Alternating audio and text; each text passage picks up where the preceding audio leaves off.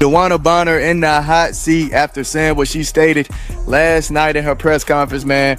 I can't lie, it does look like some hypocrisy going on. DeWanna Bonner continues to take shots at the Indiana Fever and the Fever fans. I think it's absolutely disgusting. The audacity she displayed in a jaw-dropping ESPN interview, saying, "I wouldn't change a thing," was shocking. This comes after she essentially scammed $200,000 from the Indiana Fever organization and its fan base. She inked a lucrative deal, collected paychecks for months, then mysteriously missed 5 games citing vague personal reasons, only to orchestrate her exit from the team. Now, she's in Phoenix, painting herself as the victim, pretending she was mistreated. "I think my journey is my journey, and I'm going to accept that," she said. That statement alone left many stunned. Let's call it what it is. She took the money and ran. She didn't show up for work. She used weak excuses to justify her absence. The arrogance is mind-numbing, especially considering how warmly Indiana fans embraced her. They treated her like royalty while she schemed behind the scenes to leave.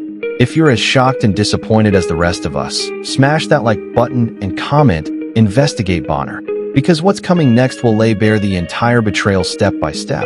She signed a max contract knowing Phoenix didn't have the full salary. So she grabbed $80,000 from Indiana, then the rest from Phoenix. That's trash. She didn't need to do that. She could have just signed with Phoenix from the start. What's baffling is why she's doing interviews at all.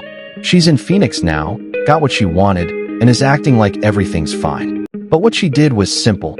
She took money from Indiana and failed to show up. Her comments aren't just tone deaf. They're a slap in the face to every single Fever fan who invested in her. To act like nothing went wrong after taking money and not performing shows a complete lack of integrity. She didn't just avoid her job, she played poorly while there. Threes clanking off the side of the backboard, layups missed. It wasn't just bad, it was embarrassing. Her time with the Fever will be remembered for all the wrong reasons. At this point, it's not about basketball anymore. It's about professionalism and respect. Fans spend money on tickets and jerseys because they believe players will show up and compete. Bonner's time in Indiana wasn't some noble journey. It was a calculated cash grab. Her actions left fans feeling used and betrayed. That quote, "It happened that way for a reason," rings hollow when you know she forced her way out. And what's worse is the broader implication. How professional contracts are being exploited by players who avoid accountability. There's a massive disconnect between what Bonner was paid for and what she actually delivered. Even more confusing is her decision to keep speaking publicly. She's in Phoenix, doing well, yet still stirring up drama. Indiana fans feel betrayed because she didn't deliver and bailed. Mercury fans are cheering, but they're benefiting from a betrayal. Let's not forget, Bonner averaged just 7.1 points per game with the Fever. She only started 3 out of 9 games. She was barely contributing even when available. With 3.8 rebounds and 1.6 assists per game. Those are bench-level stats, not what you expect from a veteran free agent. She wasn't just underperforming, she was invisible. The fans were the real victims here. They welcomed her, supported her, and she quit on them. She wasn't hurt or sick. She just didn't want to be on the team anymore. And despite her poor play, fans gave her the benefit of the doubt. They thought she'd turn it around. But she didn't even try. She coasted until she could get out. Indiana's front office built the roster around her, and she ghosted them. That's manipulation, plain and simple. And then, like magic, she shows up in Phoenix and drops 22 points and 11 rebounds in just her second game. Suddenly, she's the player Indiana thought they were getting. That's not coincidence. That's proof she was sandbagging. While in Indiana, Bonner praised the fans. She said she'd never played in front of such crowds. She acted like she loved it. But when her starting spot got taken, she bailed. She made excuses, cited personal reasons, and stopped showing up. That fire we see now in Phoenix? She had it all along. She just didn't want to use it in Indiana. And now, people are starting to see it for what it was, a calculated exit.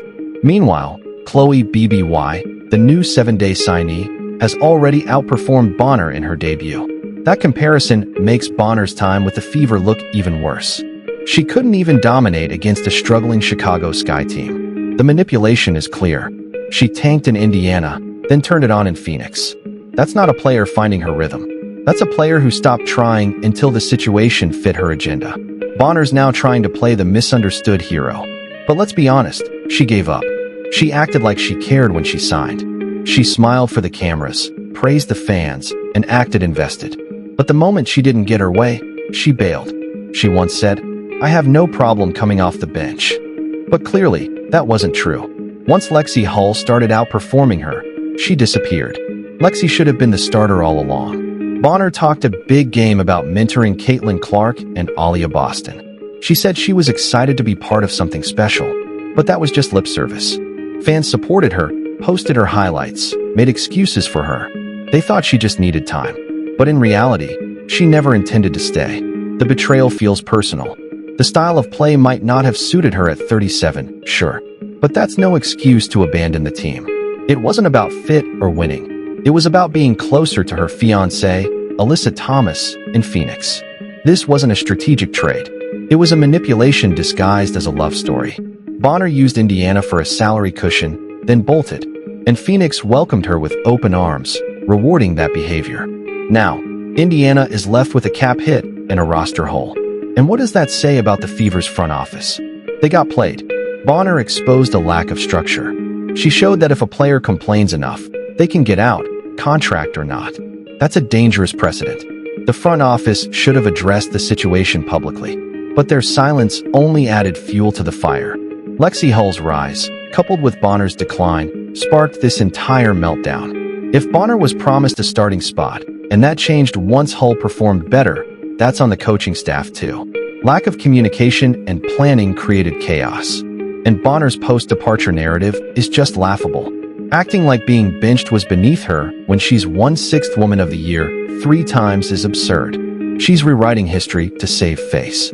Her quotes about needing time to gel with the team now sound ironic. She wasn't patient.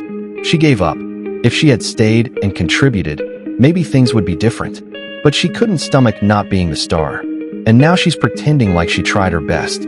But her actions say otherwise. She didn't want to contribute. She wanted control. And when that was gone, so was she. Ultimately, this wasn't about basketball.